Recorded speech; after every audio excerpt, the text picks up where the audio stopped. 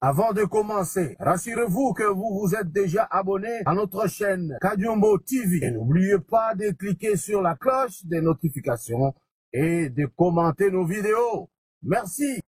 Nandenge ba envoyer spécial nabiso sur place, ba opesa biso température, il faut comité oyo so ezawana pona kosala ake ya chef de l'État bozala na boyokani pour éviter que banguna bakota na kati ba oyo bazo sala réunion chaque jour pour que bazo loba chaque jour pourquoi il est reçu partout où il passe. Il faut en Angleterre tout koka kokwisa batuba kende belete. Maintenant, selon programme mingi ya dimanche mukolo yo chef de l'État koki okomakuna ba église ebele efungolaka bikuke na bango de 14h bato ba bibi 18h. Mais programme we bache ya mokonzi mboka bache yango ke bato bakota na salle 12h. Atako bakoti salle 12h, so tozeli ke tozela bato bazoya abandata discours na 15h. Plan moko ezawana ya ke bato bakozala na ba église bakoka koya wana te. Parce que bato baza bisika ebele bazalaka. Il faudrait que le programme soit bien placé pour que les gens n'aient pas une autre occupation. Baya koyamba mokonzi mboka. D'où il faut réfléchir très bien. Na sengi na spécial Vidje Chimanga, chargé à stratégie, bon peaufiner stratégie à Kitoko, ya makambwana et réussir koleka partout où oyo mokonzi mboka lekaki. Cela veut dire quoi? Si dimanche est un jour hypothétique, mettez samedi. Et ça concerne que tant qu'on va mettre un concert mettez samedi. Si vous ne voulez pas mettre samedi, mettez lundi. Parce que dimanche, il y a un problème. Ou alors, si vous voulez, dimanche na Tongo, mais c'est pas évident. C'est pas évident que dimanche na Tongo, mon konzamboko a kende ko s'adresser na bato. Parce que plan oyo bazako sala bato ebeleza ya kokwisa kokoma ya mokonzi. Voici nos propositions. Nazako senga na ba pasteur nyonso oyo bazako se retrouver ke balingi mboka oyo. Atako bazako na Angleterre. Boko ka kondima bokende kokutana mokolo ngo dimanche bino tout bandimi bozala na place oyo mokonzi ya koloba liloba na ye, mais ezala d'abord lieu de culte. Bosali action de grâce ya koyebisa nzambe merci opesi biso mokonzi oyo ya originaire ya boka oyo. Donc vous prenez entre vous les pasteurs, le plus gradé, le plus ancien plutôt, y a kosala prédication kuna pendant 15 minutes. Oyo ba minute mususu etikali ba choral ekumisankolo. Oyo temps mususu koya koleka moi offrande et salema. Et après mokonzi mboka a tenir discours na ye. Vous savez très bien qu'il est lui-même évangéliste, le chef de l'État. Soki bosangani na ndenge wana ekopesa bien. Mais nungu ezanakati. Batoyo baza d'accord bazali. Ba bazoko boya bazali parce que il y a d'autres qui ne jurent même en étant mosali azambe azo jurer kaka hapo na échec. On dirait Congo oyo ezali ya biso nyonso te Congo ekomi ya président Félix Tshisekedi ye moko yango na tolobi o totikela e kaka. Deuxième stratégie, ba oyo nyonso baza na Belgique na France, baza na Hollande, Suède, Danemark, Finlande. Si y a moyen qu'on se sacrifie pour que n'enge bosala ki descente en Allemagne, n'enge bosala ki descente na Belgique ou boko isaka na Paris, faites-le pour mokonzi mboka. Parce que je vais vous livrer un secret aujourd'hui. Allez dire aux autres que les Congolais sont capables de beaucoup. Montrez que vous êtes capables de beaucoup et personne ne peut arrêter la marche qui a déjà débuté et qui avance. Comme information, na Beni, 80% est déjà dans Maboko, il y a FARDC. Maintenant, il faut pas qu'il y ait des côtés à Sud Kivu, va stabiliser les sous-soukuna. Bana ya mboka ba perdra kivi ya bango na makambo ezanase. Et donc, nous demandons à ce que les gens se penchent et sachent que c'est notre pays. Bande Konangai, je voudrais vous donner encore ceci. La politique à France, il y a politique extérieure à France, par rapport à l'Afrique. France alingaka jamais na pays moko ya Afrique oyo atie misu. Le vrai originaire a le kamoko jamboka. Boye balikambouane. Vous n'avez qu'à regarder beaucoup d'exemples tout autour.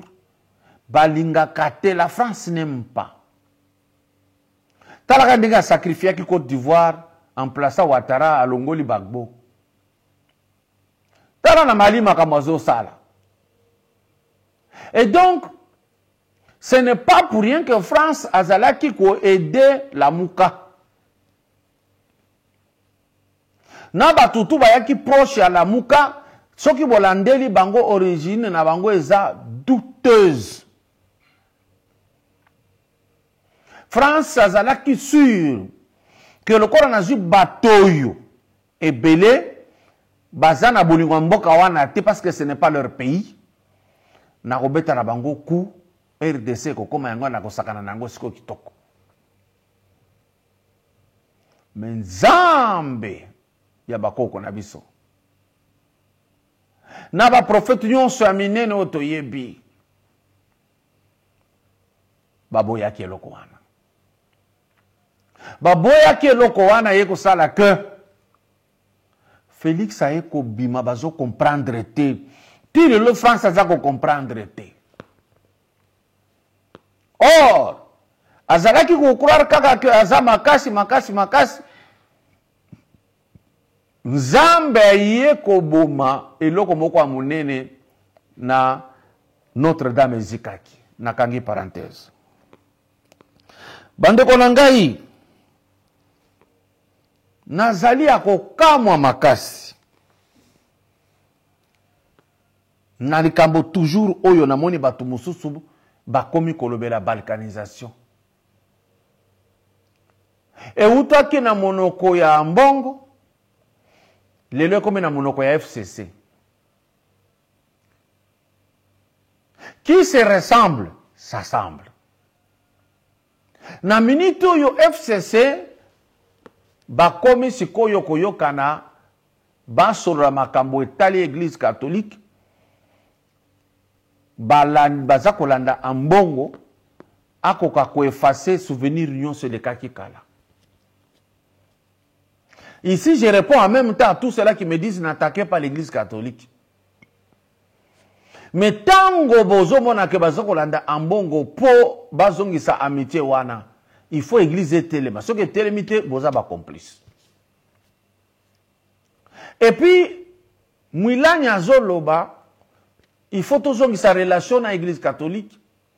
Pour na ba moi makamoko elekaki entre biso, donc à minimiser makamwana. Bino ba chrétien catholique qui boza koyoka déjà les kambwana. Bino bo betama lokola bato bazana mboka ba paya. Bino ba kotela église. Bino yo makila bande ko lami boza ko sambre la bango place moko ekenda ofele. Ba famille na bango etikali boye. Lelo yo église catholique bazolandaye à travers cardinal va se réconcilier na FCC. Au lieu que FCC se réconcilie na population, le peuple, il y a ça qu'on se réconcilie na mokonzia catholique. Bon réfléchir na likambo wana. Parce que so basolo na mbongo andimi akoma kokende kuna balie basolo li baseki babetani maboko ekola musate makabuto yelekaki na kati ya ba église ba kotaka kuna na kati ba beti batu na kati depuis nga na botama na yoka lisolo wana te.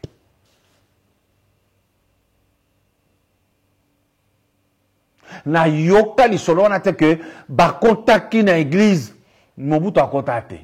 abeta ba catholique libanda mais kokota na kati église ke kuna asali bobo to mona yango na FCC avant botama quand même c'est le peuple perdé ezaka yango moko comme FCC. Donc on sent que bato ya FCC et le belabango eloko te kokufa ya congolais c'est rien, crise ya congolais c'est rien, makambo basala baza ko se reprocher yango te bamuna yango jeu. Et ça n'est pas match à football, bah beti, moi incident les qui a mouké bah que bongisa. Ah non! Ce que vous avez fait dans ce pays est dur à avaler. Vous ne pouvez pas aller simplement comme ça que toke ko bongisa, tokota la cardinal to solo la to bongisa. Non, pas du tout. Soki église catholique est boy ko telema batu busu ba ko telema bazali. Cardinal Ambongo aza mutu ya lamuka. Atako boko boy yango aza nika lamuka tilelo. FCC bozana coalition na cash. Boni ozosta l'amitié lelo na lamuka. Et comme c'est bisoté, parce que bisoté le avant que la mouka égale FCC. FCC, la mouka INC et le Komoko. Na début, les gens nous ont trouvé comme des prétentieux, de ceci. Les gens comme on a ouvertement que c'est comme ça. Oye ko lobama na la mouka omoni lobami na FCC. Oye lobami na FCC lobami na la mouka. Moyen ko bomba ils allaient sauter babimisi na poisson. Ambongo balkanisation, FCC balkanisation. Bandeko. Totele manama yele, potoko kako comprendre makambo, ebele na kati, oyezoleka, ezanine. Ici, je voudrais comprendre vidéo, na filma qui est en qualité à kitoko-te. Bolanda oyo ambongo azoloba tango bazo pese rapport na général kuna na front bon comparer na déclaration na après ce qui est kokani tolanda parce que quand ils opèrent lorsque les militaires se redéploient des fois ils passent entre deux positions des militaires. Comment l'ennemi qui vient de l'extérieur, un étranger, ainsi que ici il y a une position militaire, ici il y a une position de la police, ici il y a une position militaire. C'est qu'il est servi par quelqu'un. On peut faire par rapport à tous les rapports que nous recevons à Kinshasa de la part du chef d'état-major, de la part du ministre de la Défense, qui nous disent qu'ils sont satisfaits de la collaboration de la population d'une manière générale. Bien sûr qu'il y a quelques cas il y a quelques bandits, tout ça, mais d'une manière générale, la population collabore avec l'armée. Exactement. La population collabore, mais ce n'est pas toute la population, parce que ces gens-là, nous parlons des réfractaires, c'est aussi notre population. Si nous pouvons parler en termes de pourcentage, c'est que si nous parlons de 90%, c'est qu'il y a un 10% qui reste. Général a lobby ouvertement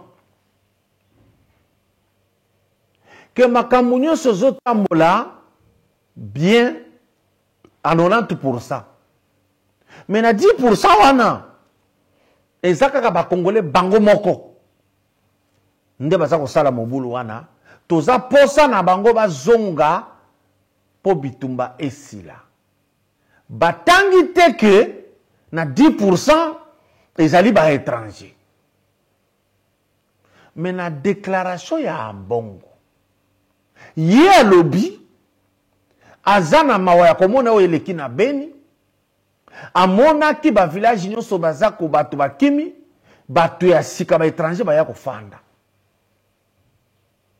mais oyo bazako pesa rapport kuna na Beni ya sika telemi ezandenge moko tena o ya lobby c'est pas la même chose. Yenda ke kobimisa balkanisation na monoko na ye pour faire peur à la population, pour décourager les gens.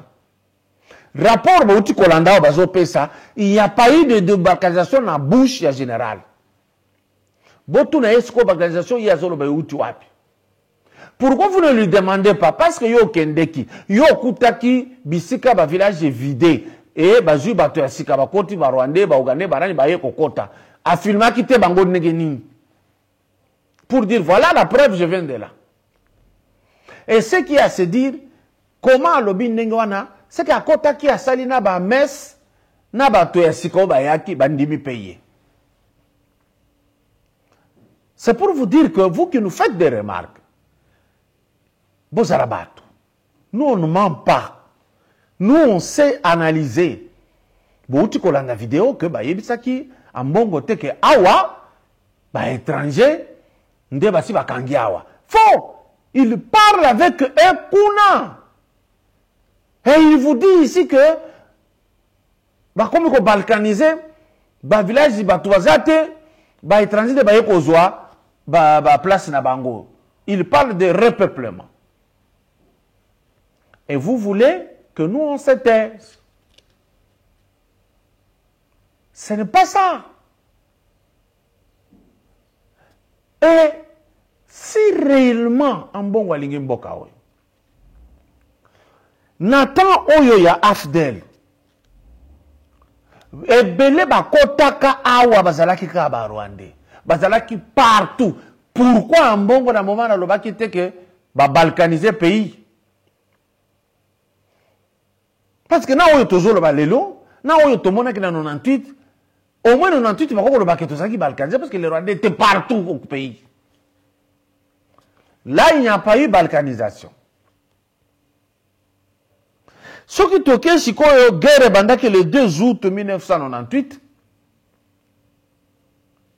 Même bayaki na ba Ougandais bakangi Kisangani bakangi na Équateur. Wana mbongo lobaki te keza balkanisation. Or wana nde ezaki vrai. Basalaki pays mususu côté wana. Avec comme président Bemba. Wana nde ezaki balkanisation. Ruberwa akangaki Nord Sud Kivu Maniema na Ndambo ya Kasai. Wana nde balkanisation. Ambongo alobaki yango te. Pourquoi?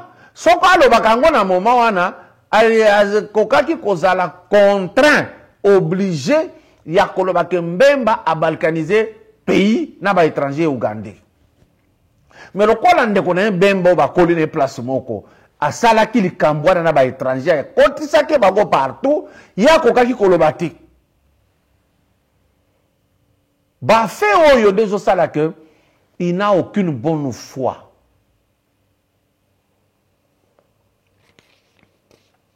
Donc laissez-nous dire des vérités. Parce que ba yebela biso ba congolais que ba lala pongi ba bangaka baza ba yuma baza ba zoba tokoloba ba kondi makaka. C'est fini, cette époque est déjà révolue. Donc ici le cardinal, non, il a menti. Bolandi ndenge ba pesi rapport na oya lobby ndenge mokote. Bande konanga to continuer. Ezana batu mususu ba bandi farce. C'est qui? Mon jeune frère Bitakwira. Bitakwira, bosali 18 ans na pouvoir na bino. Ah, mwana mboka Félix Tshisekedi Tshilombo, président de la République, le phare d'essai, babandi ko sécuriser est, ndi yo Bitakwira bini que to sali plateforme moko. Et nous informons le chef de l'État que Tokozala Pembeni a fait de ce pour la Robundakusi Sager Baroyambabinoti. Vous voulez retourner autrement. Plateforme Ozubo Salalelo que Tozaba ressortir est. Vous étiez où? 18 ans dira. Guerre bandine en 2012 et s'amplifier en 2013. Vous étiez où? Vous ne vous êtes jamais annoncé de cette façon-là. Et pour montrer que c'est de la farce, Tala Bilongi Oyo, Bitakwira Lakisi na eloko na ye, pour comprendre que c'est de la farce. Voilà d'ao. Justin Bitakwira, Bionaï, je suis notable du Kivu. Nous mettons sur pied Simama Kivu Movement. C'est un mouvement qui réunit tous les leaders du Grand Kivu,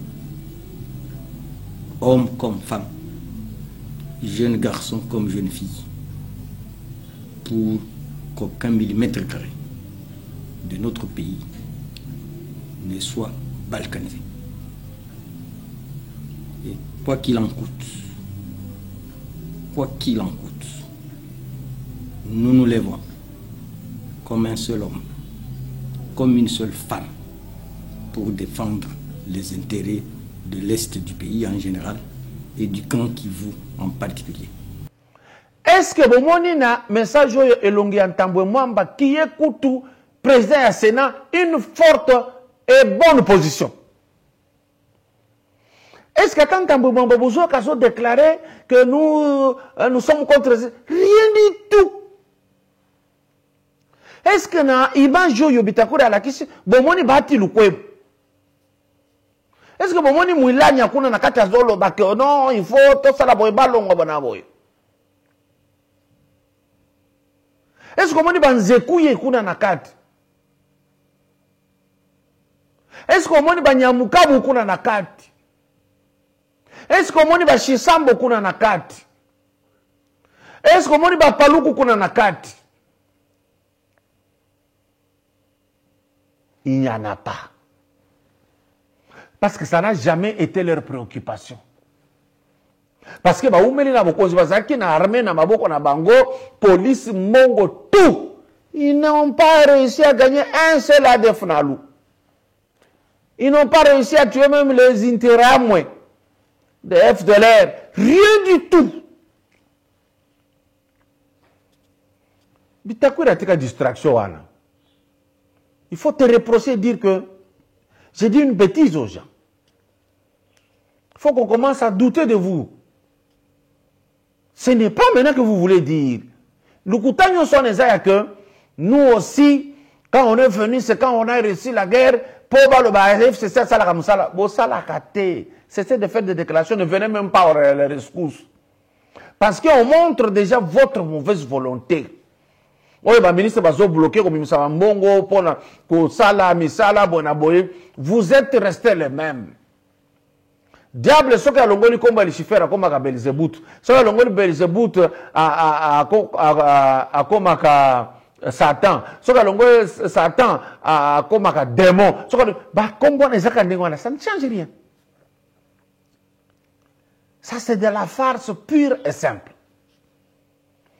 Et nous, on n'est pas prêt à accepter Biloko, il y a façon wana. Jamais. Jamais de la vie. Le terme balkanisation est qui utilisé par le tout premier ministre, Lumumba, pour na tango wana solo. On s'était mis à balkaniser ce pays. Et Simba quitté. Parce que Makila n'est pas un bakoy saki ango. Et que tout na Makila tata kimbangu. Et que tout na Makila ba musu bakufaka période wana. Tango nyoso batu basaka na idée wana Makila etele makaya mboka we. Mais na période de balkanisation exacte c'est faux. Bah, comment utiliser un local slogan? Tocha vidéo moko toyoka Cardinal Ambongo azo sengadini na makamunyo soyo. L'erreur que nous commettrions dans le contexte actuel, c'est de nous quereller entre nous. Alobi il faut tous à la bomoko, tous à la place moko, tous sangana, potolonga et tumba oyo. Mais moi je réponds au cardinal. Trouble nyonso esali ke FCC atambola telemi akomi makasi. C'est vous. Bato yo balobi toza ba opposant toki. Baki ko beta match ba logola Kabila. Moko na bango a betubu balongoli Kabila. Yonde lobaki. Que muto a gagné que za Fayulu. Liloba na yonde ba telemelaki même Fayulu pour kende ko samba saka la 5 ans a dit Mbongo a dit, c'était ton nom qui était dans la bouche. Bazo bengo yo pesa preuve okimi parce que preuve ezate. Yonde opelisa ki moto oyo tozanango awa. Oyo ko telemisa tribalisme, oyo ko telemisa bato kokufa, c'est vous Mbongo. Yonde envenima ki situation tout déclaration na yo wana. Yeba yango déjà osala effet lelo.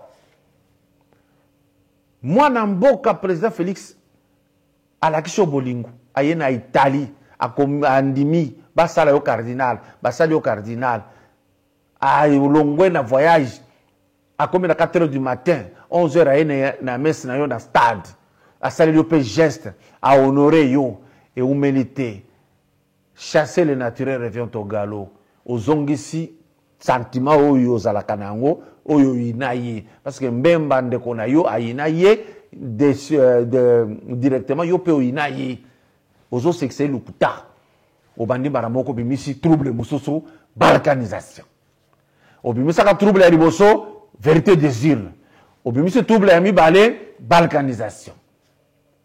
Nous sommes au courant de tout. La France a utilisé votre aile parce que c'est une aile où il y a des nationalités douteuses. Et la France, dans sa politique, a l'ingakate que originaire ya mboka aza la chef de l'État. Na soki siwana.